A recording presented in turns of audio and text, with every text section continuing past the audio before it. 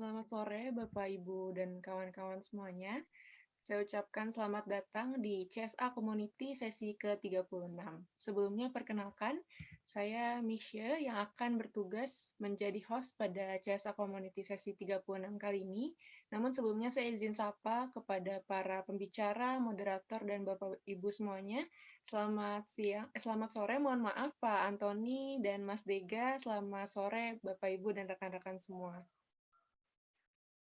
Saya ucapkan sekali lagi selamat datang di CESA Community sesi ke-36 dengan tema Investment Mix, Pedang dan Perisai untuk Capai Tujuan Keuangan yang akan disampaikan oleh Mas Antoni Ferdinand yang merupakan perencana keuangan dan inisiator dari @flexas.id dan akan dimoderatori oleh Mas Dega Repidity selaku program eksekutif di The Indonesia Capital Market Institute atau biasa kita kenal dengan sebutan Teach Me.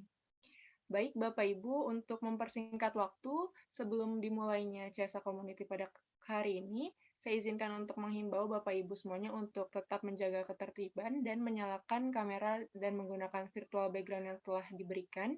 Kemudian, yang mengikuti acara hingga akhir nanti dengan mengisi link feedback akan mendapatkan e-sertifikat dan materi serta 100 SKP untuk para anggota AEI. Baik, untuk mempersingkat waktu, saya alihkan jasa community sesi ke-36 ini kepada Mas Dega selaku moderator. Silakan Mas Dega. Terima kasih Mbak Miss ya. Selamat siang menuju sore nih Bapak dan Ibu. Selamat kembali bergabung dengan CSA Community. Untuk sore hari ini tentunya pembahasan akan semakin spesial karena saya sudah juga ditemani dengan salah satu pembicara handal kita. Namun sebelum itu perkenalkan, nama saya Dega Rapidity. Saya adalah dari program eksekutif di Teach Me yang selama 1 jam ke depan kurang lebih kita akan membahas mengenai yang sudah tadi dimention oleh Mbak Misha, yaitu seputar financial planning. Dan tentunya Bapak dan Ibu dapat juga melihat bahwa semakin banyak kebutuhan dari perencanaan keuangan ini ya, apalagi bisa kita bilang harga gitu ya, harga dari barang itu semakin naik dan nilai mata uang juga semakin turun seperti itu. Nah, siasatnya seperti apa dan bagaimana? Sebelum saya panggilkan pembicara, saya akan memperkenalkan pembicara kita pada sore hari ini. Beliau mengawali karir di Head of Claim Section di PT Asuransi Multi Arta Guna Terbuka dari tahun 2012 hingga tahun 2017. Beranjak dari tahun 2014 ke tahun 2017, beliau berkarir di PT RHB Securities Indonesia, menjabat sebagai Senior Associate Retail dan Branch Coordinator. Hingga tahun 2017 sampai dengan sekarang, beliau masih berprofesi sebagai Business Partner di PT Asuransi Allianz Life Indonesia.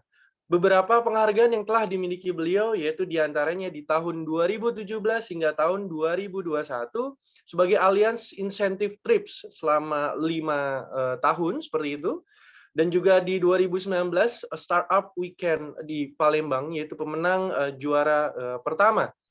Selain berkarir, tentunya beliau memiliki sertifikasi, diantaranya adalah Certified Financial Planner atau biasa kita kenal dengan CFP di tahun 2015, dan juga beliau memiliki sertifikasi Certified Securities Analyst atau yang biasa kita sebut dengan CSA dari CSA Institute.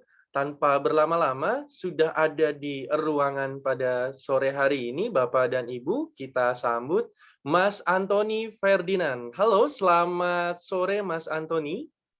Halo juga, selamat sore Iya. Pak Dega. Hai. Ini Selamat kita sore, kompakan ya, bagaimana? Wah, bajunya hitam-hitam, iya ya, padahal kita nggak janjian loh. padahal nggak janjian, bener banget. Berarti chemistry-nya udah dapet nih. Yoi. Baik, Mas Antoni, apa kabarnya nih? Ini panggil Mas atau panggil Bapak nih? Santai aja panggil Mas deh. Kita kan masih sama-sama milenial nih ya. Semua yang di sini Sama-sama. milenial nih, jadi panggilnya Mas aja deh. Siap. Oke, jadi Bapak dan Ibu sudah ada nih pembicara kita pada sore hari ini dan Bapak Ibu juga bisa sharing-sharing santai dengan Mas Antoni ya. Apalagi juga pembahasan kali ini erat kaitannya dengan dunia kita di sehari-hari ya Mas Antoni ya. Ya, Nah, betul. untuk itu sebagai pembahasan pada sore hari ini yaitu tema yang kita bawakan adalah pedang dan perisai untuk capai tujuan keuangan. Jadi akan saya berikan waktu dan tempat kepada Mas Antoni, dipersilakan. Oke, thank you, Mas Dega, sama thank you juga Kamisya tadi udah opening di awal sesi. So, sore ini, sekali lagi selamat sore ya, lagi weekend, akhir pekan, sore-sore sebelum pergi spend time untuk weekend, kita diskusi dulu, belajar dulu bareng-bareng. Ngobrolnya santai aja, nanti kalau ada dapat insight atau apa, nanti kita boleh sama-sama berbagi ya di akhir sesi gitu. Aku izin untuk share screen dulu. Oke, temanya kelihatannya kayak serem banget ya, pedang dan perisai. Tapi ini sebenarnya adalah salah satu analogi aja. Bukan mentang-mentang Rusia sama Ukraina lagi perang, terus kita ikut-ikutan harus siapin pedang dan perisai, enggak lah ya. Oke, jadi pengen cross check aja, mastiin di layar teman-teman apa semuanya udah kelihatan. Share screen dari aku udah berubah ya. Ya, sudah Oke, Mas Antoni. thank you, thank you. Oke, nah tadi thank you sekali lagi Mas Dega udah memperkenalkan saya. Jadi memang saat ini saya sendiri aktif di salah satu perusahaan asuransi swasta dan juga aktif untuk mengajar sertifikasi program profesi AWP, Associate Work Planner gitu. Itu segmentasinya ke arah mana, itu semua tentang personal finance gitu. Jadi kalau misalkan ada yang tertarik untuk nekunin bidang personal finance, profesi ini, nanti kita bisa ngobrol-ngobrol di lain kesempatan ya. Nah, kenapa topik yang dibahas itu pedang dan perisai? Gitu kan. Unik nih, karena ada apa sih kok pedang dan perisai ngelihat market kayak gini, dan pengen cross check juga sama teman-teman semua yang di sini 5 hari berturut-turut IHSG merah, portofolionya juga pada aman kan? Semua masih sehat ya? Coba kita ngeliat nih, what happened in the market gitu. Nih, ya aku suka, jadi lihat aja, lihat di kartun ya, gitu. Mungkin sebagian dari kita yang portofolio investment-nya dominan di stock market, rata-rata bilang, wah 5 hari kemarin merah nih. Kemarin pengantar sesi aku juga iseng-iseng nih bikin Instagram story kan, dan mostly jawabannya semua pada jadi investor dadakan. Gitu ya. Semua pada jadi investor dadakan. Ada juga sih yang ngelihat ini sebagai opportunity untuk kita ambil posisi lagi di bursa saham, tapi nanti kita lihat bareng-bareng. Terus teman-teman yang di kripto, ada yang bilang, ya mending saham turun berapa? 20%. Ya di kripto 40% bahkan lebih. Dan kemarin di beberapa minggu lalu kan kita juga sempat heboh ya dengar ada salah satu koin yang nilainya benar-benar totally drop, bahkan udah meluncurkan versi keduanya juga masih drop. Jadi just went zero, dan itu terjadi gitu. Tapi uniknya, memes yang satu lagi bilang tuh, nah lu serius, lu semua guys, lu pada invest gitu. Ini dia mau show off nih bahwa katanya cash is king gitu kan. Karena kenapa? Ada apa nih semua nih?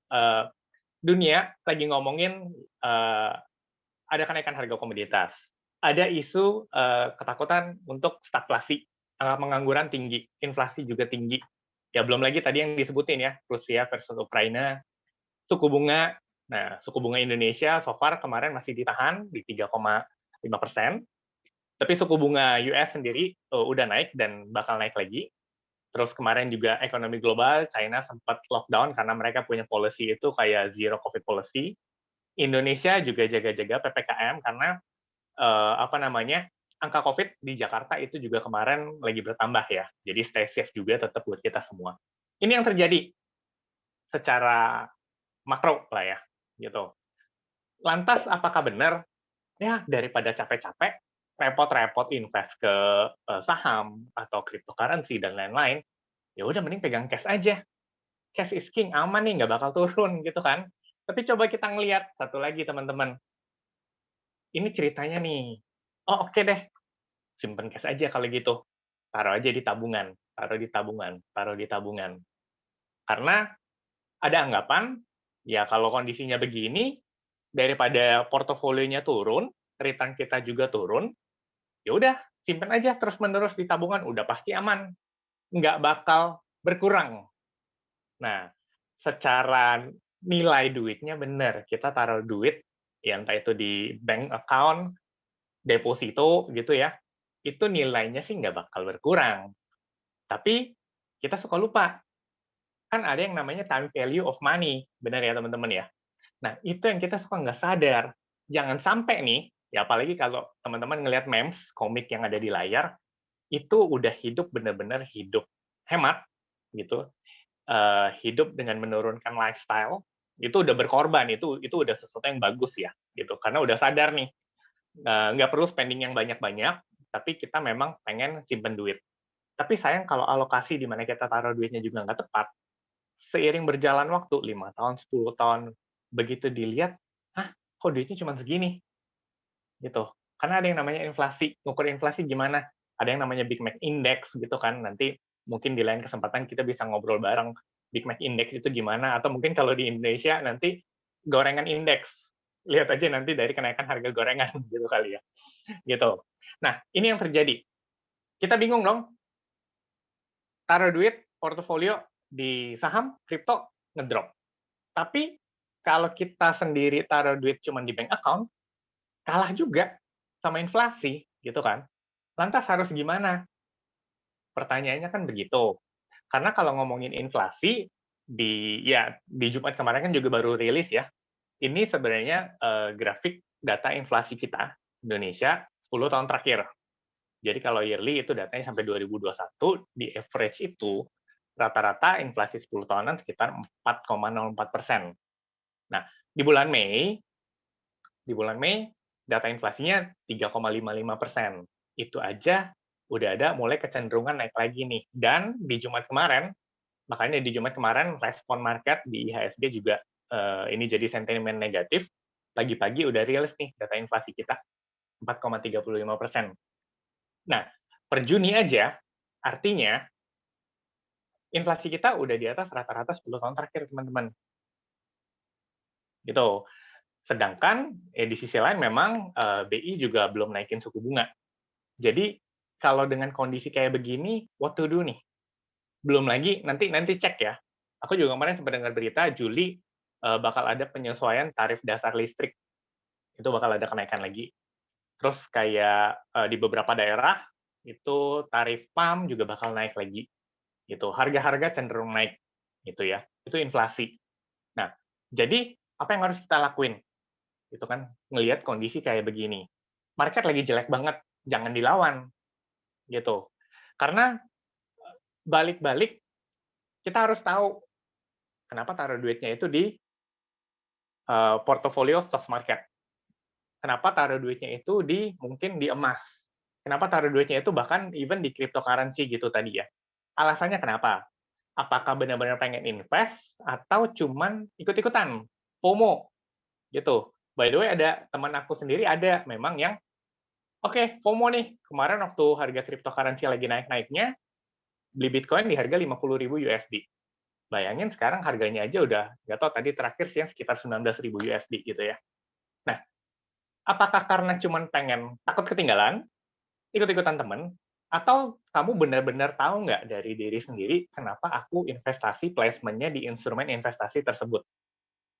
Jawabannya satu, kita harus tahu koreksi dari diri sendiri. Lihat lagi, sebenarnya tujuan kita itu mau ngapain? Gitu. Kadang kita milenial itu suka ngeblank sendiri. Oke, pokoknya gue masih muda, gue pengen invest dulu, jebret, jebret, jebret, nembak-nembakin gitu deh. Tapi kadang investasinya itu jadi nggak ada arah. Ya. Sedangkan kita itu tuh sebenarnya gambar-gambar yang ada di layar tuh, itu sebenarnya kan rata-rata tujuan hidup kita tuh. Tujuan hidup yang pertama, pengen apa nih? Mungkin ada yang pengen studi lanjutan, ambil S2, atau kalau ada yang udah berkeluarga, mau planning buat pendidikan anak. Yang milenial mungkin mau beli mobil pertama, beli properti pertama, gitu kan. Atau ada juga yang jangan-jangan lagi merencanakan dana pensiun. Ada juga yang lagi struggle-nya itu adalah justru benar-benar buat beresin cicilan dan utang dulu. Entah itu utang bisnis, atau dari utang keluarga. Goal-nya beda-beda. Makanya kita harus sadar, sebenarnya masing-masing dari kita tuh sebenarnya pasti punya tujuan hidup. Nah, tujuan hidup itulah yang kalau di breakdown dalam keuangan, itu nanti kita kalkulasi lebih detail. Jadi tujuan keuangan. Karena kalau tujuan hidup kan sebatas anak pengen sekolah, pengen punya mobil, pengen punya rumah, pengen pensiun. tapi kadang suka lupa buat calculate, gitu, lupa buat kalkulasi. Makanya tujuan hidup tadi harus benar-benar kita break, dikonversi tujuan keuangan. Jadi nanti ngitungnya gimana? Contoh, berapa sih nanti dana yang harus disiapin? Gitu. Berapa lama waktu tersedia? Misalkan kalau buat pendidikan anak, anak masih kecil, nanti buat kuliah mungkin masih panjang waktunya. Kalau buat pensiun, nah pensiun juga harus ngeliat-liat nih, usia kita, usia produktif itu rata-rata sampai umur berapa? Harapan hidup itu sampai umur berapa? Itu juga harus dilihat. Harus benar-benar kita hitung. Ada human life risk, ada money risk, dan pertanyaan paling simpel kan, kapan sih harus mulai investasi? Gitu ya. Nah, dari sekian contoh ini, sesuai judul kita kan tadi, pedang dan perisai untuk capai tujuan keuangan. Di kesempatan, di sesi ini, aku akan coba bantu hitungin satu tujuan keuangan. Nggak bisa semuanya, teman-teman. Nggak cukup. Nanti saya kena marah Mas Dega. Gitu. Satu dulu. Jadi kita coba ngelihat. Misalkan, dimulai dari kita pilih perencanaan pendidikan anak. Gitu ya.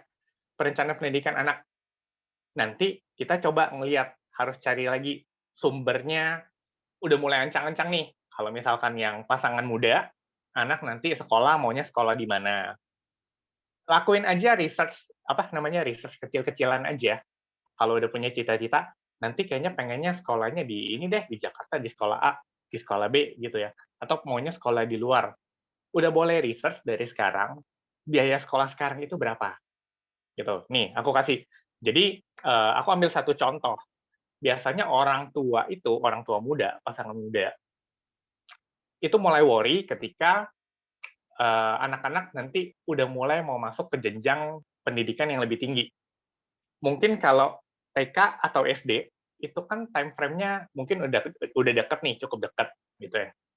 Rasanya oke nih, masih oke lah, masih bisa, masih terjangkau. Cuman yang ditakutkan itu kan kalau yang nanti masih panjang dan terkenal mahal.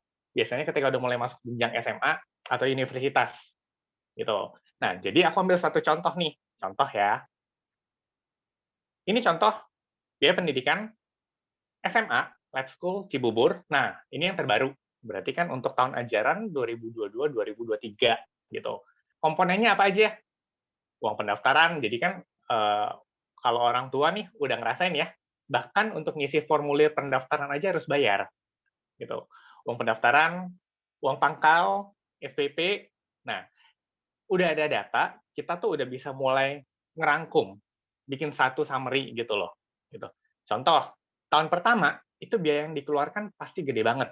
Karena kenapa? Totalin aja semuanya. Uang pendaftaran 400.000, uang pangkal 34 juta, oke. SPP itu kan 2.100.000, tapi karena kita calculate untuk 1 tahun, jadi SPP dikali 12. 2 juta something, 2.100.000 kali 12. Terus tambahin lagi tuh, uang buku 2 juta, uang seragam 2 juta. Makanya, sebenarnya angka yang harus dipersiapkan di tahun pertama itu nilainya 63 juta. Karena kita udah hitung SPP-nya langsung kali 12. Gitu ya. Tahun kedua, paling cukup lanjutin aja ya. Kan nggak ada daftar ulang lagi kan. Kalau udah kelas 1 SMA, 2 SMA, 3 SMA, itu kan lanjut aja. Jadi, pure lanjutin SPP. Paling nanti nambah-nambah dikitnya apa? Ya memang ada sih uang buku, terus nanti seragam, mungkin kan kalau seragamnya udah jelek, tapi anggap kita bikin yang pasti dulu, SPP udah pasti keluar nih. Jadi fix tahun kedua, tahun ketiga bayar SPP 25,2 juta. Gitu ya. Ternyata di total, kita total ini teman-teman, tahun 1, tahun 2, tahun 3, itu total biaya sekarang. Ya, sekali lagi makanya itu kan data untuk sekarang. Itu spending-nya harus siapin budget sekitar 114 juta. Gitu. Terus, ini baru SMA, teman-teman. Baru SMA nih. Kuliahnya nanti mau di universitas favorit yang mana? Nanti para orang tua boleh mulai untuk research. Nanti kira-kira mau di mana? Cek dulu. Kalau aku pakai data itu untuk kuliah di UI. Gitu. Kuliah di UI, hitung-hitungannya begini, udah ada ya. Tiap fakultas memang udah pasti SPP, bukan SPP lagi nih kalau udah kuliah, sebutnya uang semester lah ya. Uang semester sama nanti uang pangkalnya udah ada datanya. Gitu. Tinggal nanti kira-kira anak itu mau diarahin kemana. Memang kita nggak bisa nebak ya. Mungkin orang tua udah punya ancang-ancang, oh orang tuanya nih kuliah di ekonomi nih, nanti anaknya ekonomi juga deh biar pinter gitu kan.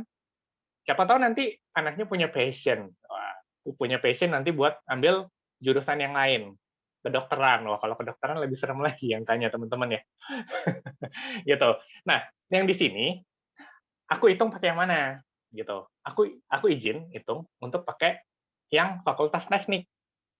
Kenapa fakultas teknik? Ya soalnya speakernya kemarin lulusan teknik juga. Jadi aku pakai data fakultas teknik ya. Dulu aku alumni teknik industri gitu. Jadi makanya aku coba hitung. Nah, datanya gimana nih hitung-hitungannya? Kan udah siap nih uang pangkal fakultas teknik yang jalur reguler ya. Itu 50 juta. Hitungnya sama kayak tadi teman-teman. 50 juta. Kemudian nanti kalau kuliah itu kan bayarnya 1 tahun 2 kali. Jadi kalau dia ditulis 1 semester 10 juta, dalam 1 tahun 2 semester, artinya bayar 20 juta. 20 plus uang pangkal 70 juta, 50 juta, makanya tahun pertama itu tadi 70 juta. Beda ya, kalau tadi kan SMA, itu kaliin 12, karena SPP-nya per bulan. Kalau kuliah, kita kaliin per semester, setahun 2 semester gitu kan. Jadi tahun pertamanya aja tuh yang gede banget, karena harus bayar uang pangkal plus 2 semester, total 70 juta. Nah, tahun-tahun berikutnya, ya udah, berjalan aja, tinggal bayar uang semester 10 juta kali 2, 20 juta, tahun ketiga 20 juta, tahun keempat 20 juta. Belum termasuk kalau misalkan memang nanti, iya belum nanti buat anaknya jajan, buat kalau misalkan kuliah di luar kota ngekos, itu biaya akomodasi dan lain-lain belum masuk nih. Ini pure benar-benar untuk biaya pendidikannya aja. Ternyata kondisi per hari ini untuk kuliah di Fakultas Teknik UI, angkanya minimum pasti lebih dari ini sih. Mungkin kalau nanti ada para orang tua yang udah ngerasain, nanti di akhir sharing ya, wah, Pak Antoni nggak cukup nih segini, gitu. Nanti makanya kita belajar bareng-bareng. Tapi kalau kita coba kalkulasi, let's say minimal siapin mulai dari 130 juta, gitu. Nah, pertanyaannya sekarang, dananya gede-gede nih. Yang tadi SMA aja udah harus ya 100 jutaan lebih juga, kuliah 130 juta lebih, pasti lebih lah. Oke. Sedangkan tadi di awal kan kita ada ngelihat teman-teman, oke inflasi range-nya itu berapa sih? Ya dari 3%, 4%, ya terakhir 4, ya buletin ya 4,4, 4,5% gitu ya. Tapi kalau pendidikan, kita nggak bisa teman-teman pakai inflasi yang itu. Karena kenapa? Inflasi pendidikan itu jauh lebih tinggi lagi. Gitu. Kenaikan biaya pendidikan itu, range-nya, nih, aku juga ngutip dari harian Republika, itu kenaikannya bisa 10-15% per tahun. Gitu ya. Jadi kita nggak bisa, kalau ini topiknya ngomongin tentang tujuan keuangan untuk pendidikan, kita harus, makanya benar-benar harus ngelihat dulu tujuan keuangannya apa, nanti kita baru benar-benar ngelihat secara detail. Oh ternyata kalau ngomongin biaya pendidikan, nggak bisa pakai inflasi rata-rata, udah harus kalkulasi 10-15% deh. Gitu, tinggi ya, tinggi banget, banget gitu. Nah, tinggal pertanyaannya di teman-teman, biaya pendidikan udah tahu makin lama makin mahal. Per hari ini aja, SMA harus siapin 100 juta something, kuliah juga pasti 100 juta something, 150 juta mungkin, oke. Inflasinya tinggi, 10%. Nah, waktunya nih, judulnya kan pedang dan perisai. Pilih senjata teman-teman. Mau tempatin pos alokasi investasinya kemana? Gitu. Kan aku lihat di sini total ya di room ini ada berapa 40-an, 48 peserta. Ngobrol dong, chat aja. Kalau teman-teman, ini kan topiknya ngomongin tentang tujuan keuangan jangka panjang, kebetulan contohnya adalah biaya pendidikan. Kalau untuk time frame yang masih panjang kayak gitu, teman-teman pilihnya yang mana nih? Ada banyak. Bebas, boleh chatting, ketik di kolom chat aja. Kalau aku mungkin emas aja deh, udah pasti aman. Gitu. Atau ada yang, nah, saham, oke. Saham, karena time frame-nya masih panjang ya katanya gitu. Ada yang emas, for safety, lebih aman. Mungkin ada yang mungkin deposito, nah, ada reksadana indeks atau saham, oke, good. Macam-macam, ada banyak ya. sekarang juga beberapa tahun belakangan kita juga familiar sama yang istilahnya P2P, peer-to-peer lending, itu juga jadi alternatif investasi. Atau mungkin ada yang berani, itu bener tuh ada yang P2P ya, gitu. Ada juga efek beragun aset, ini suka disebut sebagai EBA retail, efek beragun aset retail, macam-macam. Obligasi pemerintah juga ada. Wah, ada yang di kripto nih. Ini totally agresif banget. Nah, ternyata pilihan instrumen investasi itu banyak banget. Banyak, ya sebenarnya bahkan lebih dari inilah, gitu ya. Tapi yang mungkin so far kita sangat familiar, beberapanya adalah yang ada di layar nih, ada di layar teman-teman. Pertanyaannya kan tadi, kira-kira kita mau placement-nya di mana, gitu. Jawabannya beragam, tapi kita coba kita ngelihat. Idealnya nih, sebelum nentuin aku mau placement instrumen investasinya ke A, B, atau C, kita harus belajar untuk hitung-hitungan lagi. Tadi kan di awal, aku ada bantuin tuh untuk bikin summarize perhitungan biaya untuk saat ini, SMA sama kuliah. Nah, sebelum kita pilih senjata kita, gitu, kita ngelihat kalau perhitungan di masa depannya kira-kira bakal berapa ya? Nanti baru kita tentuin. Nih, aku udah bantu bikin proyeksinya. Jadi proyeksinya begini. Let's say, oke, ini nama anaknya George. Ada nggak mungkin yang nama anaknya juga George, mirip-mirip, umurnya 2 tahun. Gitu ya, masih balita nih. Jadi kita ngelihat 2 tahun, time frame-nya masih panjang. Nah, kalau teman-teman ngelihat di layar, itu aku ada tulis asumsi tingkat inflasinya 10%. Jadi aku ngutip yang tadi, inflasi biaya pendidikan itu 10%. Jadi, kenapa ada tulisan asumsi hasil investasinya 12%? Nah, ya secara logika aja, kalau kita udah tahu angka inflasi pendidikan itu 10%, kita pasti pingin cari instrumen yang bisa beat si inflasi itu. Ya kan? Berarti angkanya harus di atas 10%. Dalam case ini, aku ambil contoh, kita coba cari instrumen yang mungkin nanti bisa kasih return 12% lebih. Kalau ternyata nanti teman-teman bilang, oh aku investasi di ini, di saham ini, atau tadi ada yang di kripto, return-nya bisa sampai 18%, 30%, ya bagus, gitu ya. Karena kenapa? Aku pilih angka yang cukup konservatif dulu, karena kenapa? Kalau misalkan kita pakai angka yang return-nya gede nih, oke, return-nya gede, mungkin bisa sampai 20% lebih. Nanti setelah dikalkulasi seolah-olah, oh ternyata gue cuma perlu saving-nya sedikit.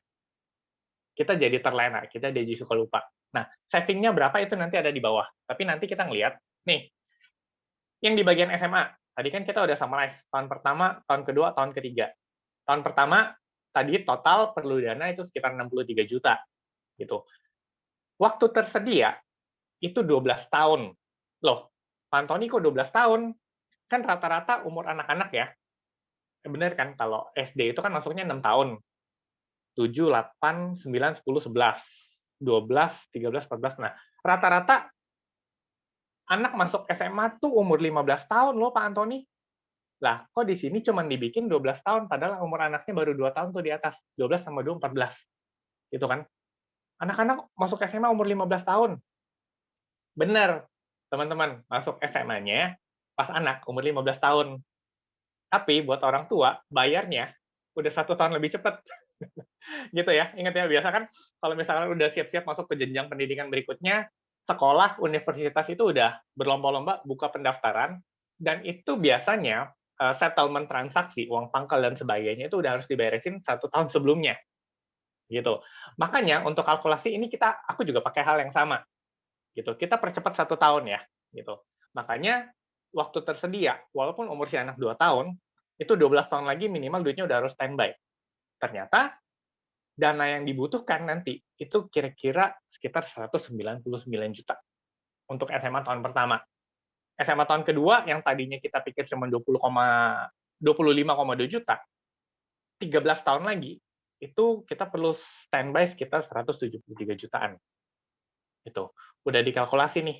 Oke, berarti kalau cuma untuk siapin dana pendidikan SMA itu mungkin perlu 625.467.000, let's say 1 jutaan per bulan. Belum lagi kuliah. Nah, kalau kuliah ternyata udah dikalkulasi juga sama, kurang lebih hampir 1 juta. Ya 1 juta juga lah. Jadi total untuk beresin SMA sama kuliah aja, universitas ya, total dana yang diperlukan, yang tadinya kita pikir cuma 100 jutaan sama 100 jutaan, let's say 200, 250 ya, di halaman awal tadi, ternyata nanti itu angkanya bisa melonjak berkali-kali lipat, bisa sampai 941 juta. Jadi supaya angka itu tersedia, dari sekarang para orang tua, wahai orang tua gitu ya, udah harus start saving. Savingnya berapa nih? 2 jutaan gitu. Nah, kenapa breakdown kayak gini penting? Karena kita suka terlena, teman-teman. Jangan sampai, oh tenang, tiap bulan udah saving kok. Katanya kalau di perencana keuangan suka bilang minimal rasio saving 10%. Udah kok ikut saving 10%, 1 bulan bisa simpen 1 juta, 1,5 juta gitu ya. Itu kita terlena, suka terlena kan. Oh, selama ini udah invest, tapi ternyata kita suka lupa. Ternyata porsi investment, alokasinya kurang. Kalau kita nggak breakdown kayak begini, kita terlena. Nyadarnya belakangan, sayang. Gitu. Makanya ini fungsinya untuk kita coba serius, gali lagi tujuan keuangan kita apa, terus nanti kita coba kalkulasi. Pertanyaannya sekarang, oke, udah tahu nih, ya, nanti butuh dana itu hampir 1 miliar, 940 juta something gitu. Dan dari sekarang udah harus saving sekitar 2,1 jutaan per bulan.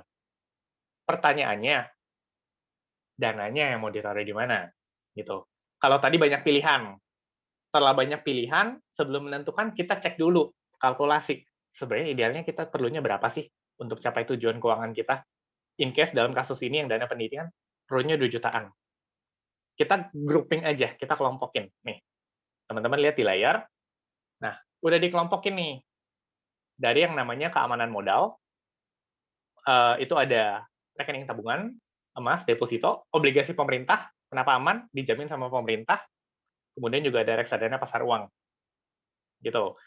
Kalau pengen return yang lebih tinggi, tadi ada RDPT. RDPT itu adalah reksadana pendapatan tetap, kemudian peer-to-peer lending, ada EBA retail, reksadana campuran, kalau campuran itu udah di-mix ya, gitu. Terus juga ada obligasi swasta sebenarnya, gitu.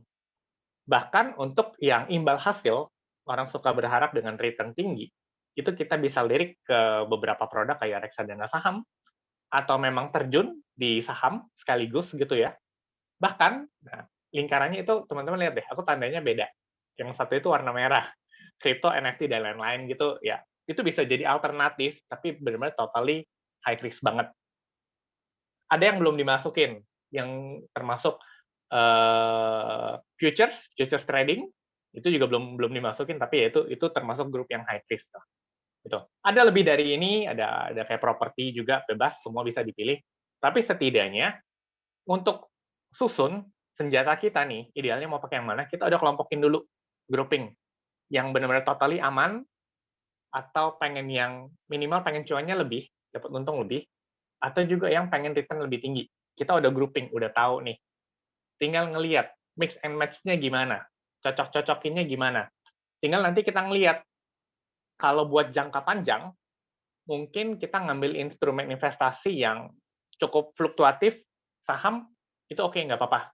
Karena time frame-nya masih panjang. Nah, tapi kalau udah mulai jangka menengah, kita udah mulai geser lagi nih, switch nih. Alokasinya sebagian ke yang warna kuning nih. Sedikit lebih stabil. Nanti kalau time frame-nya udah deket, kita baru geser lagi. Gitu. Deposito, wah ini ada yang bilang kripto. Tapi kriptonya itu dikasih tanda titik-titik, kenapa tuh lagi cry, kripto. Gitu. Oke, nah kita grouping ya. Grouping, bahkan ini ada suggestion untuk aset alokasi yang ideal. Karena tadi barusan aku ada mention tentang time frame-nya kan, jangka panjang, jangka menengah, sama jangka pendek. Setelah kita grouping, kalau gitu apakah untuk tujuan keuangan jangka panjang semuanya harus di saham, reksadana saham? Enggak. Kamu tetap bisa mix and match aja, teman-teman. Mix and match-nya gimana? Salah satu contohnya begini. Nih. Jadi, ini adalah contoh untuk yang profil resikonya itu termasuk di tengah. Itu moderat lah ya, moderat di tengah. Jadi untuk jangka panjang, teman-teman, apakah semuanya harus ke saham dan lain-lain? Nggak juga, boleh kok di mix and match begini.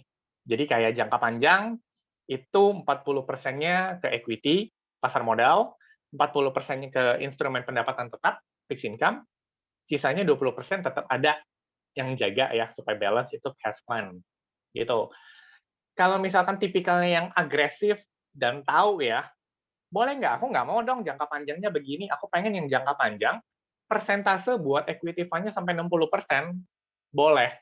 Boleh-boleh aja selama udah sadar dengan profil risiko sendiri, dengan tujuan keuangan. Gitu. Jadi ini bukan aturan baku, bukan aturan tetap, tapi setidaknya ini salah satu suggestion aja. Ini pun untuk profil risiko yang moderat ya, gitu. Nah, nanti baru kita geser nih. Kalau di atas 5 tahun, kalau tadi buat dicontoh, anaknya masih 2 tahun. Buat kuliah aja masih perlu, buat SMA aja masih 12 tahun lagi. Nah, itu aset alokasinya sesuai yang di kategori jangka panjang boleh. Nanti seiring berjalan waktu, oh ternyata tinggal 5 tahun lagi nih, mau masuk SMA, berarti dia udah SD dong, gitu. Aset alokasinya kita geser pelan-pelan, teman-teman, gitu.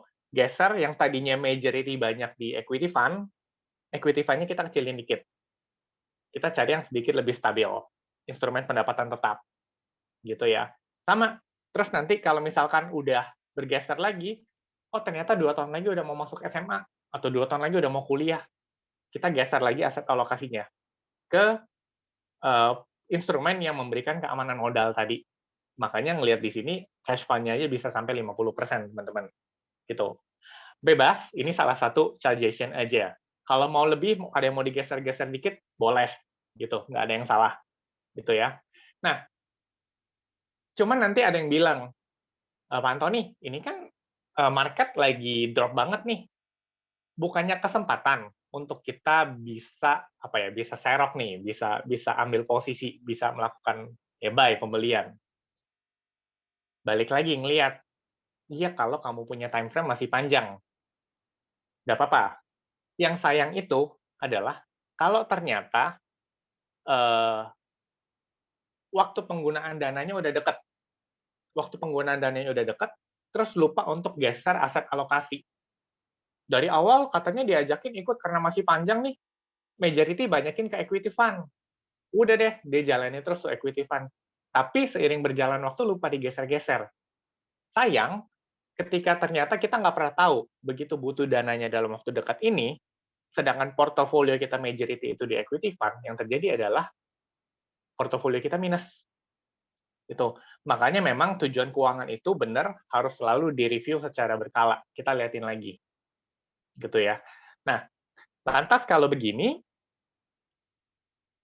idealnya kita tempatin dana kemana?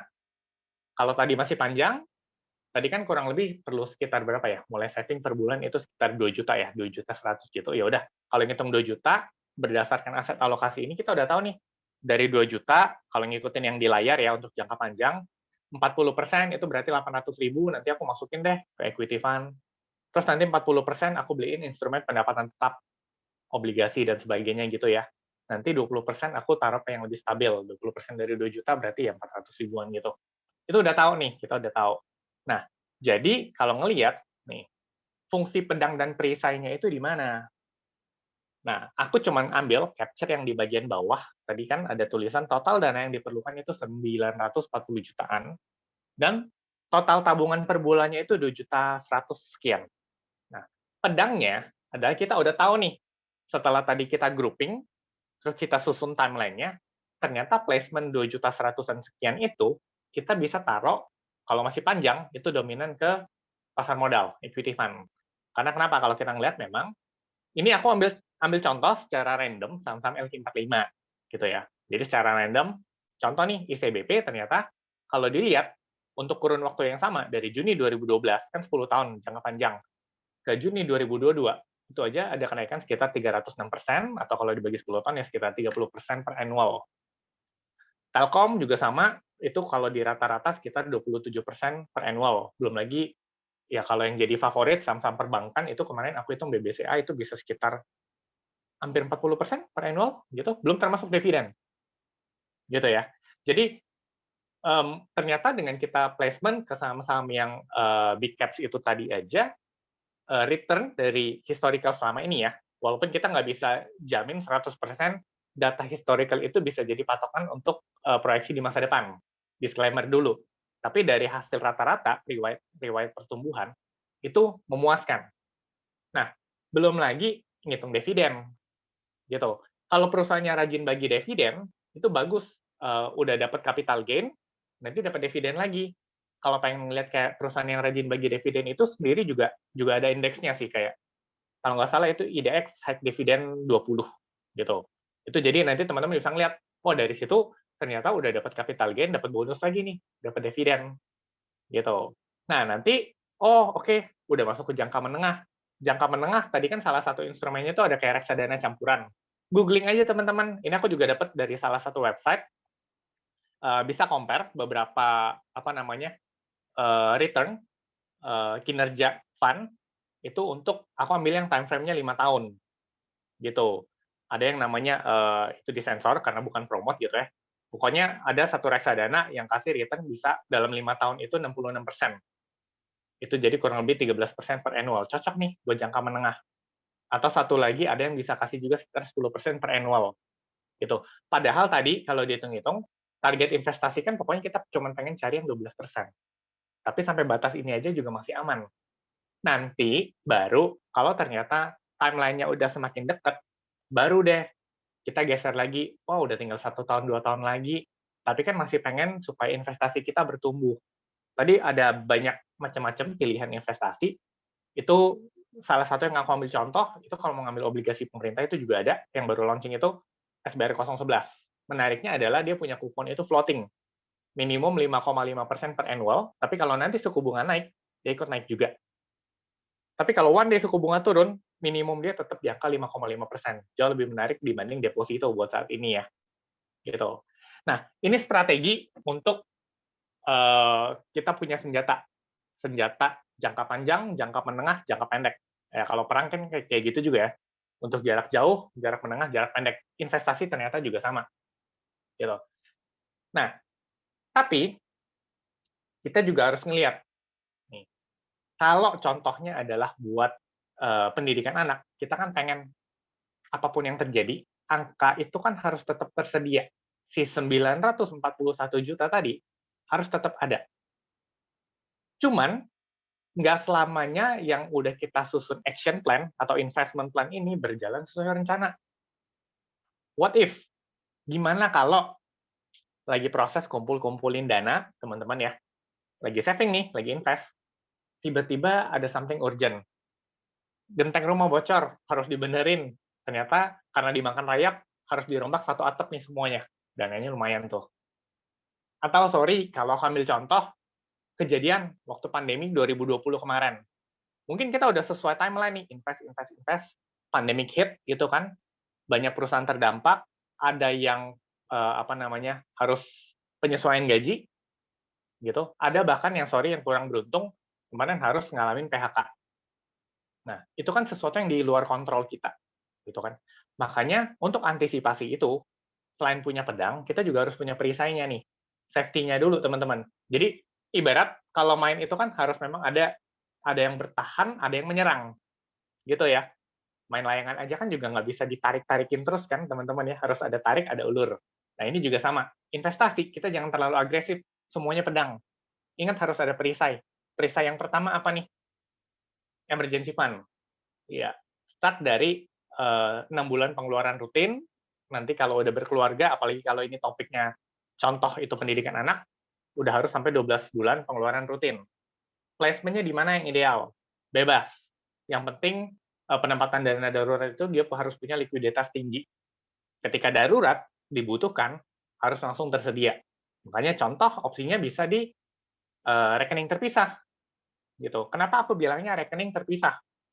Jangan rekening yang jadi satu, rekening campuran. Karena nanti kalau rekeningnya itu semua dicampur, ya, yang ada itu bukan buat dana darurat, tapi buat belanja darurat, teman-teman. Belanja darurat kenapa? Wah, ngeliat nih duit di rekening banyak nih. Tiba-tiba lagi ada flash sale nih, darurat, nanti cepat habis barangnya. Ya udah beli dulu. Nah, itu bahaya. Karena kita suka lupa. Wah, ini kelihatannya dananya masih banyak. Better benar-benar kita pisahin. Itu kalau mau di rekening, bank account gitu ya. Atau kalau enggak ya, kita memang nggak bisa mengharapkan return maksimal, tapi setidaknya dana kita juga ada pertumbuhan lah. Salah satu alternatif yang lain itu ada reksadana pasar uang, gitu. Nah, tapi kita juga ngelihat, itu mungkin resiko-resiko yang masih bisa kita kontrol, teman-teman. Ya, masih bisa kita kontrol. Ya, sorry, kalau ada pengalaman nggak enak, kemarin ada yang kena PHK, pengurangan gaji, dan sebagainya. Kita itu orang masih bisa fight lah. Ya, masih bisa bangun bisnis lagi, masih bisa apply kerja lagi, usaha lagi. Tapi kalau yang kurang beruntung, problemnya beda lagi. Yang harus kita siapin apa nih? Satu perisai lagi, itu adalah namanya manajemen resiko. Nah, manajemen resiko sendiri itu gimana? Itu step yang paling pertama, paling awal dan teman-teman harus punya adalah untuk fasilitas medical insurance. Pemerintah udah siapin BPJS, minimal BPJS pegang dulu aja. Gitu ya. Ada yang bilang, aku di cover asuransi kantor. Oke, itu udah bagus kok. Atau ngambil asuransi swasta, individu gitu. Boleh. Tapi kalau ngambil kayak gitu, idealnya cukup satu, nggak usah banyak-banyak. Karena kenapa? Sayang, kita keluarin cost itu, karena kalau punya asuransi kesehatan lebih dari satu, nanti one day waktu kejadian, yang bisa klaim juga cuma satu kok. Ngapain ngambil banyak-banyak? Ya, jadi idealnya asuransi kesehatan itu cukup satu. Justru kalau udah ada asuransi kesehatan, kita udah harus mikirin lagi yang namanya kontrak pertanggungan. Nah, kontrak pertanggungan itu gimana? Kita sepakat untuk tujuan keuangan ini nih, teman-teman. Apapun yang terjadi, gitu. Kalau ini judulnya ngomongin buat anak ya, kita pengen dong, apapun yang terjadi, ada atau nggak ada kita, itu anak bisa tetap sekolah. Gitu ya. Jangan sampai udah konsisten, saving atau invest tadi ya, rutin, tiba-tiba di tengah jalan terjadi sesuatu nih. Gitu. Nah, lantas nanti nasib anaknya gimana? Orang suka bilang, Pak Antoni, ini kan lagi ngomongin asuransi, apa namanya, biaya pendidikan. Ambilin aja asuransi pendidikan. Sayangnya, unfortunately, asuransi pendidikan itu sebenarnya nggak pernah ada. Ya. Loh, kok nggak pernah ada? Katanya asuransi A, B, C ada keluarin asuransi pendidikan gini. Tanya dulu aja, itu mekanismenya gimana? Katanya kita disuruh nabung, nanti kalau SD anak masuk sekolah, SMP anak masuk sekolah, ada dana yang cair. Nah, kalau kayak gitu, itu kan kenapa nggak kita bilang aja sebagai tabungan pendidikan? Kadang kita suka kebalik-balik nih, yang katanya untuk asuransi, kita percaya sama yang namanya asuransi pendidikan, tapi lupa nanya detail mekanismenya itu gimana. Simpelnya gini, terakhir ya, kalau orang suka bilang asuransi pendidikan, kita mikir pakai logika aja. Untuk biaya pendidikan, itu yang siapin siapa sih? Ayo, mungkin para orang tua udah bisa tunjuk tangan atau chat, sebenarnya supaya anak nanti bisa sekolah, sumber dananya itu dari siapa? Dari para orang tua kan?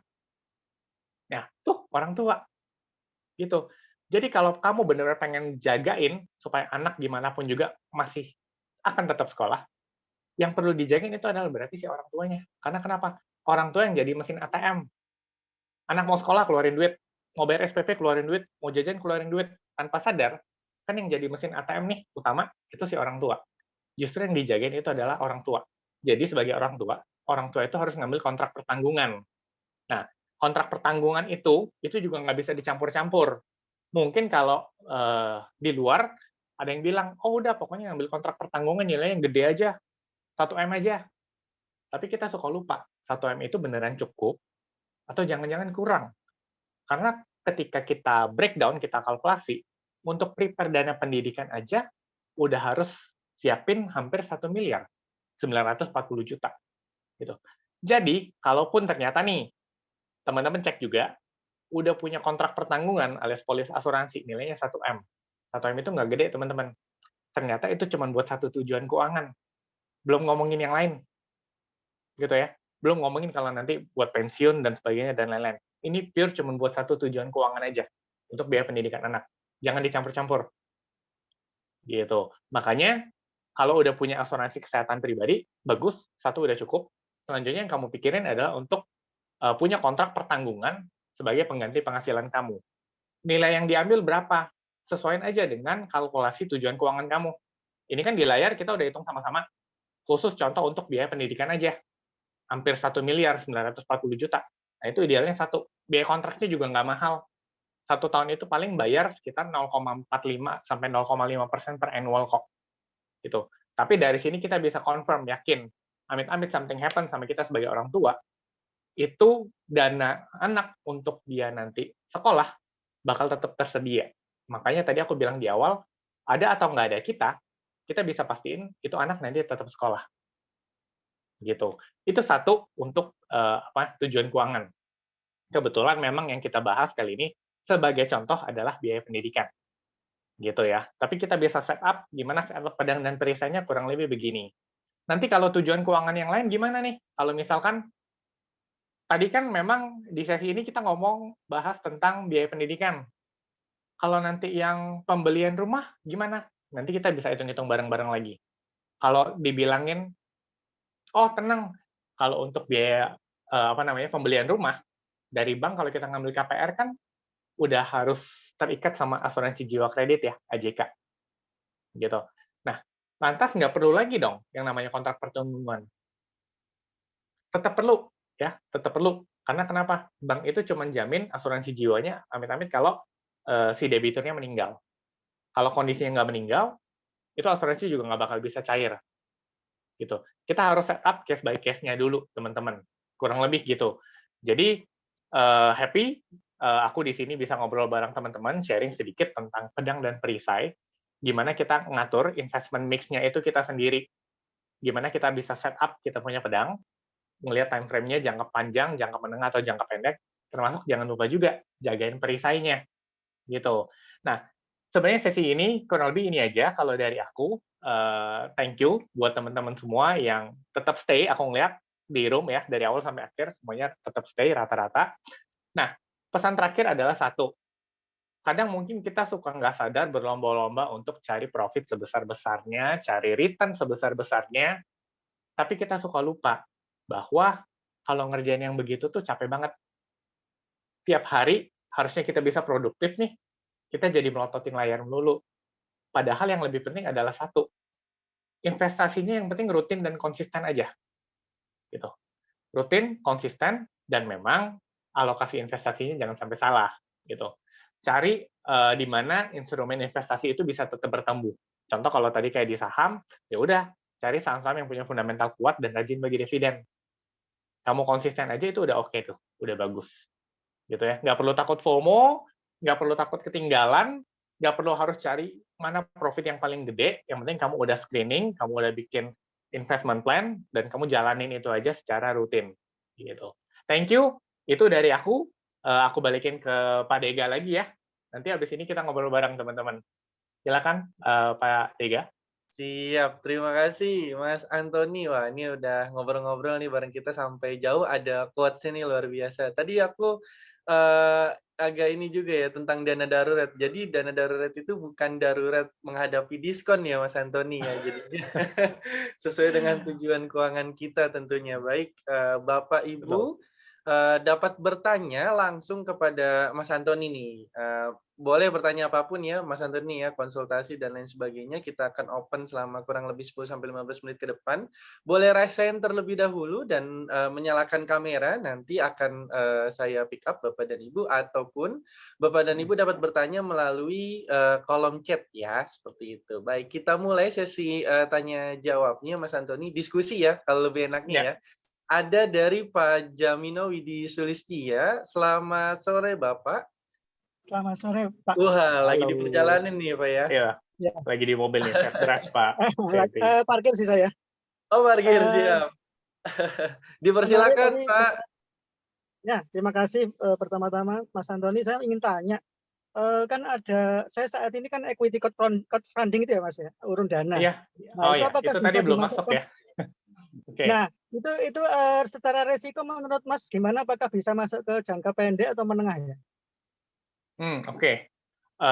Equity crowdfunding ya. Tadi memang belum Iya, ada, yang aku baru masuk itu iya. baru peer-to-peer lending gitu. Nah, bagus, thank you Pak Jamino. Sebenarnya kalau untuk equity crowdfunding itu, kita ngelihat nih, itu kan sifatnya urun dana gitu ya, urun dana kan. Nah, urun dana itu placement-nya itu penempatannya kemana?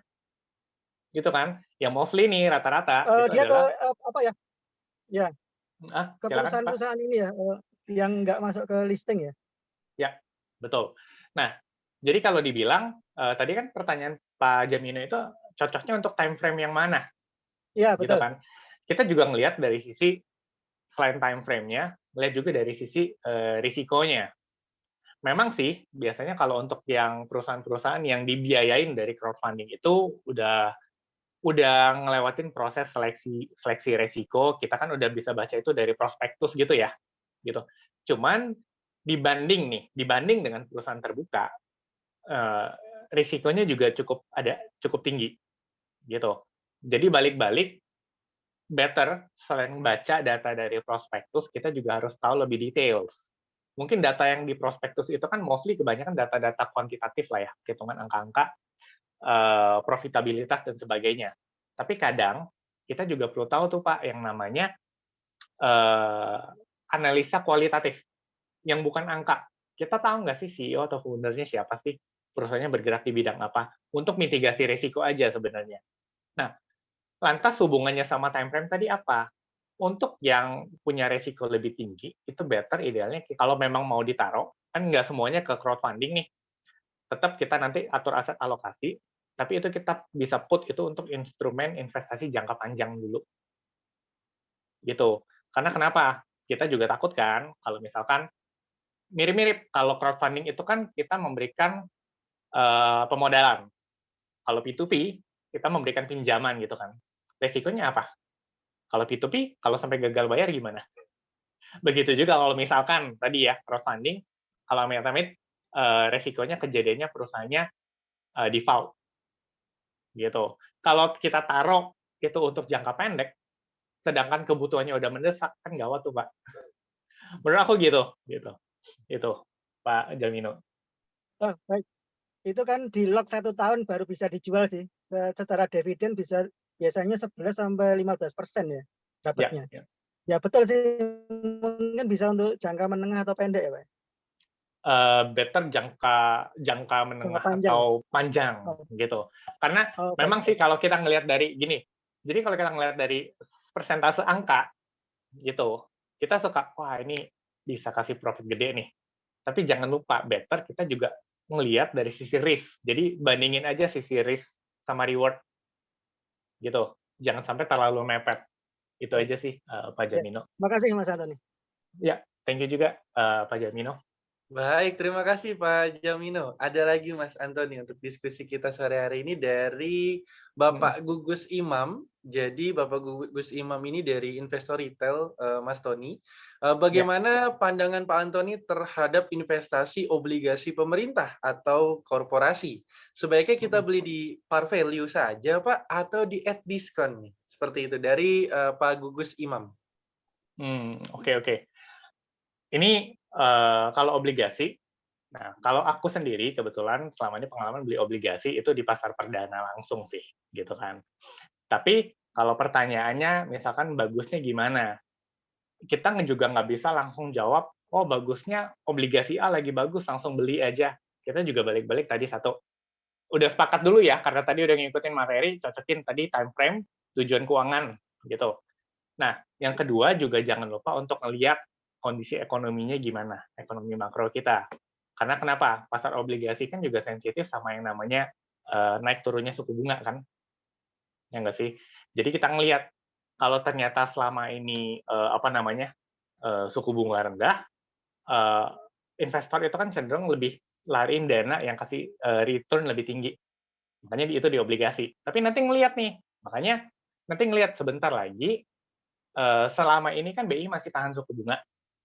Nah, kita harus jaga-jaga, lihat nih antisipasi. Kita kan market harus bisa antisipasi juga. Kalau ternyata nanti suku bunga naik, biasanya bakal jadi respon sentimen negatif, udah pasti bursa saham iya, pasar obligasi iya. Jadi kita balik-balik, mungkin jawaban yang paling wise adalah ngelihat dulu. Satu, tujuan keuangannya gimana, masih jauh atau enggak, cocok nggak. Terus yang kedua ngelihat kondisi ekonomi makronya. Karena kenapa? Kalau suku bunga naik, orang kan cenderung lebih lari dananya ke instrumen investasi yang lebih safe juga kan. Itu aja sih mungkin kalau menurut aku Pak Gugus Imam. Baik, Gitu. terima kasih Mas Antoni. Seperti itu Pak Gugus Imam, terima kasih atas pertanyaannya. Kita beranjak lagi ke Pak Asep Basuda, Mas Antoni. Jadi Pak Asep Basuda bertanya, apakah P2P secara legalitas ada atau masih abu-abu? Terima kasih atas pertanyaannya Pak Asep. Silakan Mas Antoni. Ya. Nah, kalau untuk P2P itu balik-balik kita juga harus cek lagi regulasinya itu udah diatur sama pemerintah karena kan udah ada asosiasinya juga ya kalau untuk P2P gitu. Jadi tapi kalau buat kita cocok nggak sih investasi ke P2P atau kalau misalkan mau pilih P2P itu P2P yang gimana? Nah, P2P itu teman-teman itu nanti ada yang dia penyaluran kredit atau pinjamannya ke segmen tertentu. Contoh ada P2P yang khusus segmentasinya untuk bantu petani. Ada P2P yang segmentasinya khusus untuk bantu para nelayan gitulah. Tapi ada juga P2P yang segmennya adalah untuk konsumsi pribadi. Gitu. Jadi balik-balik regulasinya ada, nanti kita bisa cek dulu bareng-bareng. Tapi yang lebih wise adalah untuk kita ngelihat P2P tempat kita drop dana itu dia penyalurannya kemana. Gitu. Nah, terus yang kedua, di P2P kan itu ada indikator sendiri ya. Namanya kalau nggak salah itu TKB 90 hari. Jadi tingkat keberhasilan pembayaran 90 hari. Itu rasionya bagus nggak? Gitu. Jadi lebih ngelihat ke situ aja, karena memang ketika kita diversify sebagian ke P2P, kita kan juga atur tuh aset alokasinya, nggak semuanya ke P2P juga kan, gitu. Nah, setelah di set itu nanti kita screening lagi nih, Pak Asep ya, Asep screening lagi, P2P-nya itu dia penyaluran kreditnya itu kemana, gitu. Terus TKB 90 harinya, TKB 90-nya bagus atau enggak. Karena kenapa? Resiko di P2P kita juga harus ngelihat kalau misalkan gagal bayar tadi itu gimana. Walaupun katanya sekarang ya, aku pernah punya pengalaman salah satu partner itu sharing P2P dijamin sama asuransi, tapi asuransinya itu dia belum tentu mengcover full sepenuhnya. Karena nanti bakal ada kalkulasinya lagi. Gitu. Jadi memang ada safety-nya, tapi kita juga harus mikirin mitigasi resikonya. Jangan semuanya diarahin ke situ. Terus nggak sembarangan P2P kita masukin, lihat lagi dulu aja penyalurannya kemana. TKB 90 harinya tadi gimana. Gitu. Itu sih kurang lebih ya, Pak. Baik, terima kasih Mas Antoni. Kita juga masih membuka pertanyaan, kurang lebih 3 lagi ya Mas Antoni, boleh ya? Jadi di chat box ini udah ada satu dari Pak Heri Setiawan. Wah, ini sepertinya investor aktif, Pak Heri Setiawan.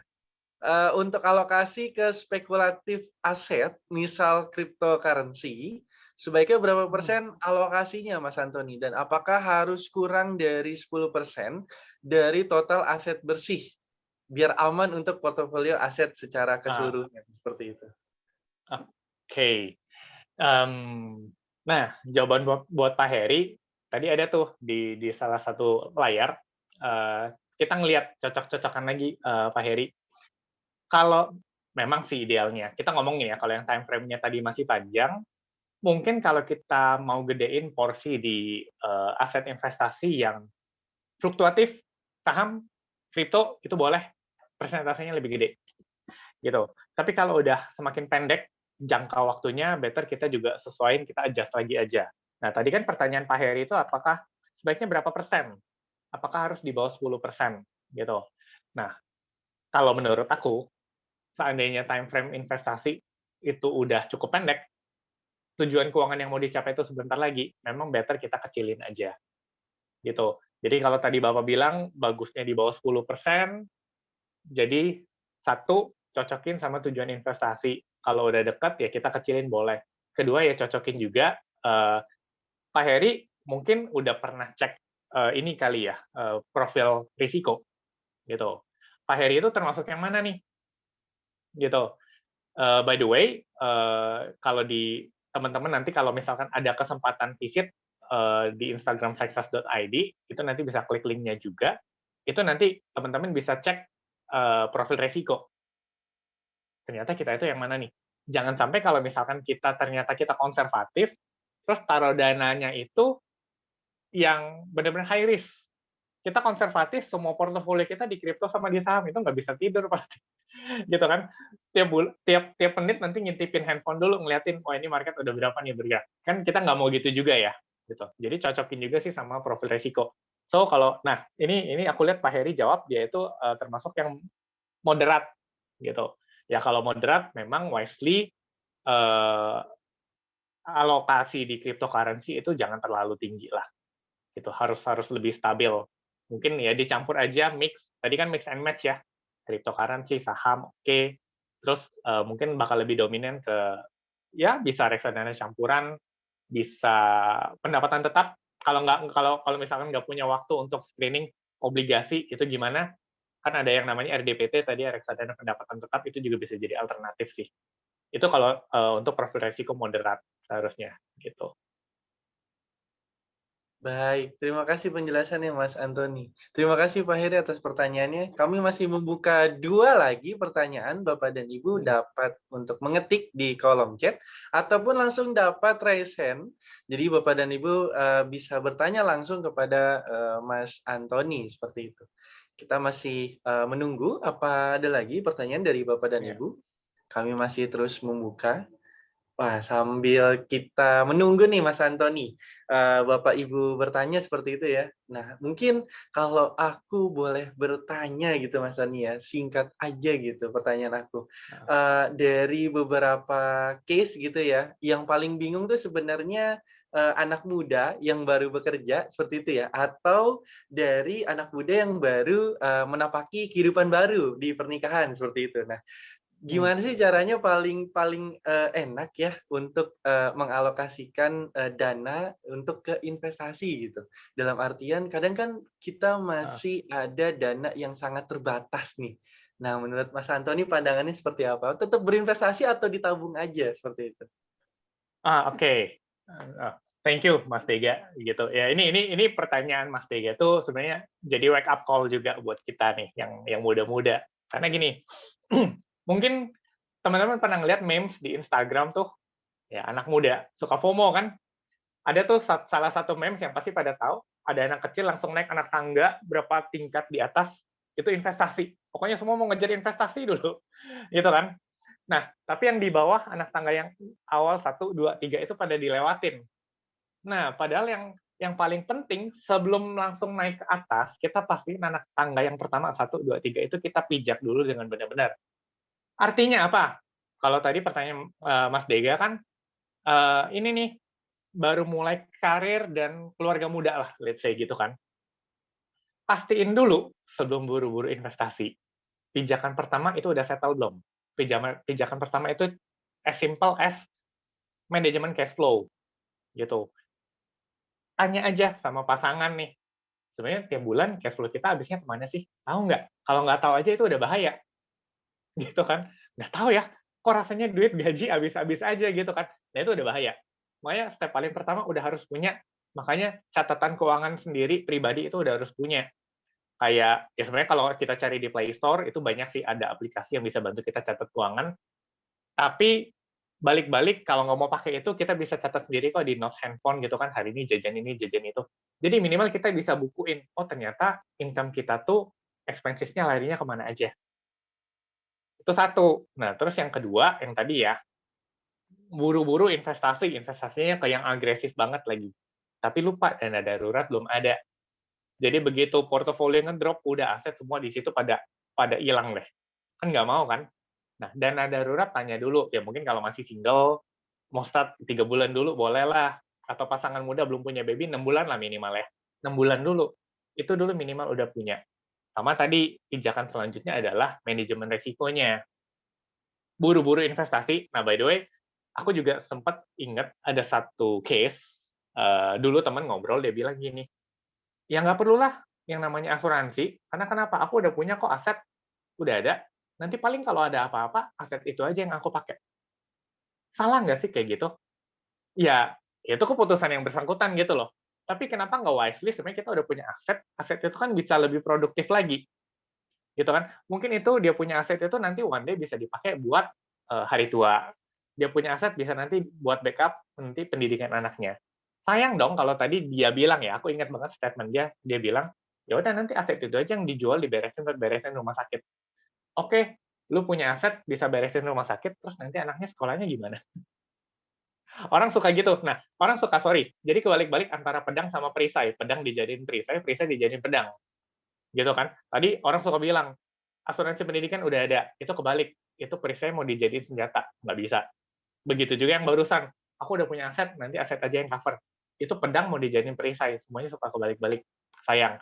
Jadi kalau dari Mas Dega tadi, aku pikir ya, buat kita belajar bareng-bareng, sebelum buru-buru investasi, pastiin dulu fondasi lah. Fondasi keuangan itu udah beres. Arus kas, kemudian dana darurat, sama manajemen risiko dalam bentuk misalkan asuransi pribadi. Oh ya, sedikit nih, kalau boleh nih teman-teman. Nanti kan kita semua belajar nih, semua di sini. Nanti kalau berkenan, minimal kalau misalkan ada teman-teman yang belum sempat bertanya, tapi dapat insight sesuatu, boleh dong nanti insight-nya itu di-share sama kita ya, di-upload ke Instagram, di story, bisa nge-tag CSA Institute, Antoni, sama Mas Dega. Jadi sharing dari sesi ini, wah ternyata aku dapat nih satu wake up call, satu aha aja, apa nih?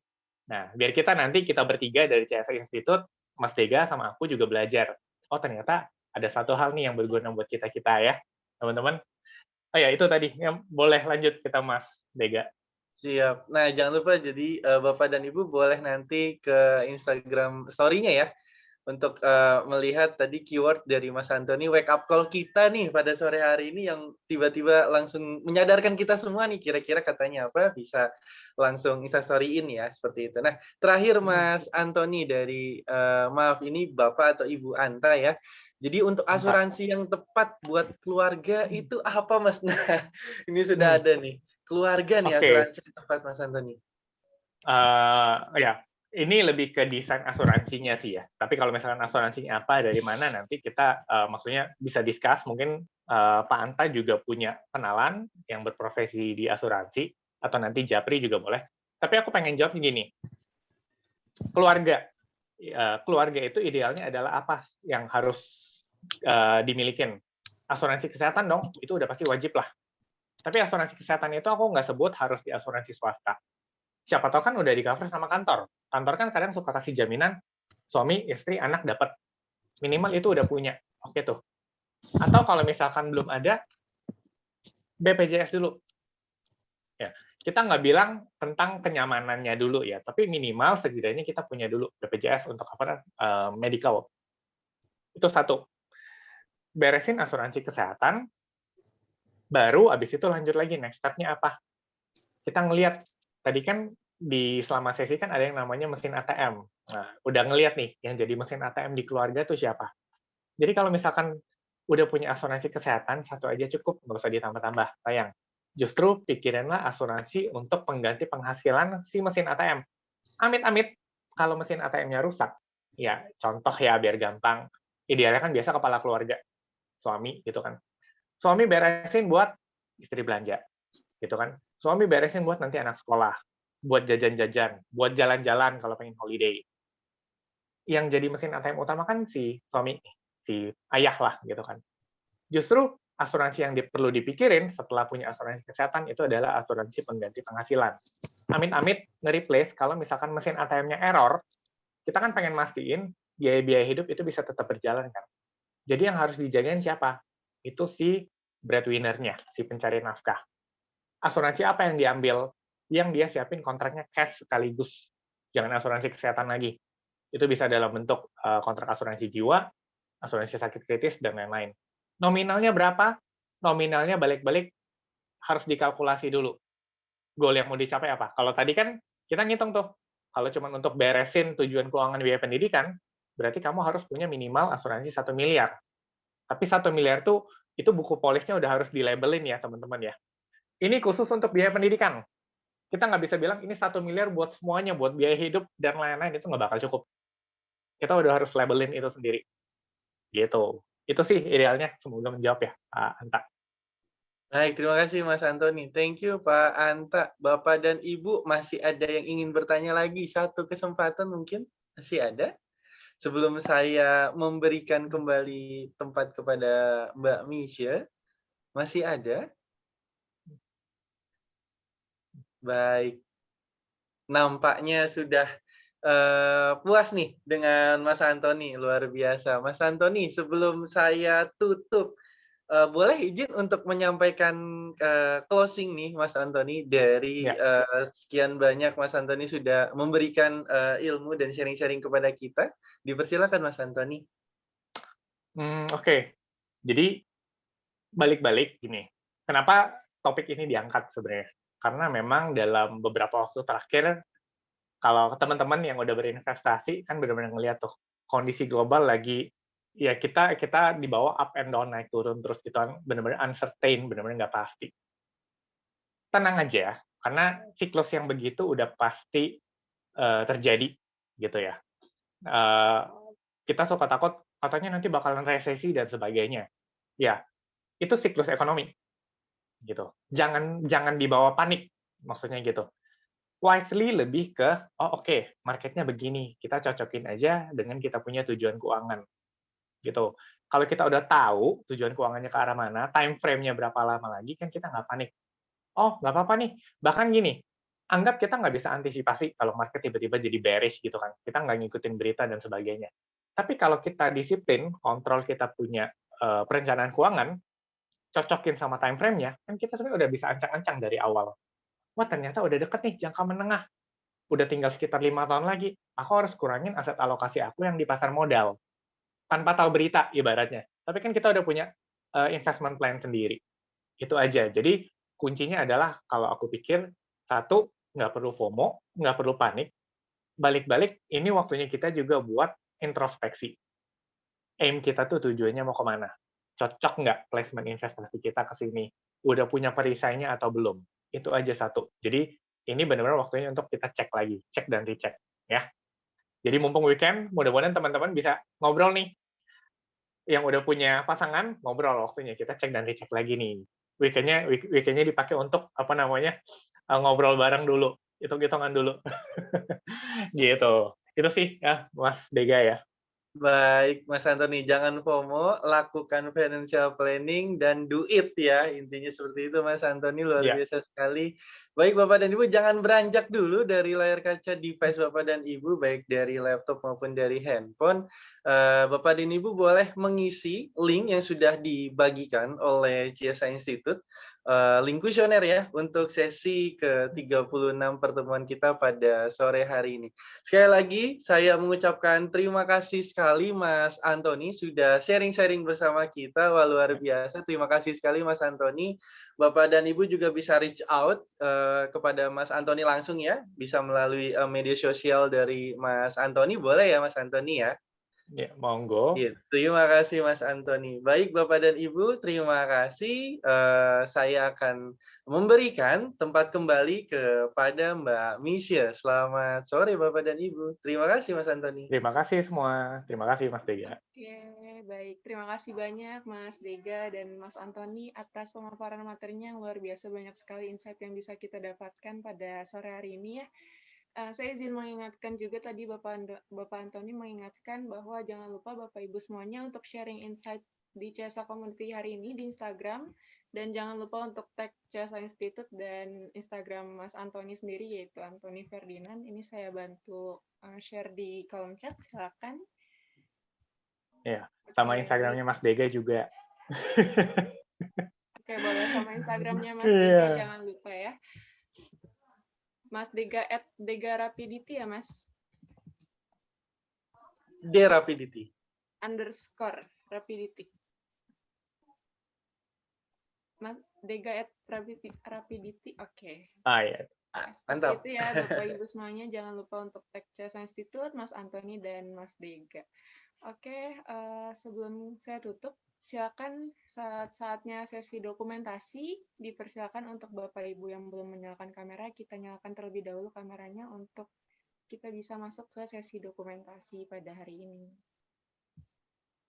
Masih ditunggu bagi yang belum menyalakan kameranya.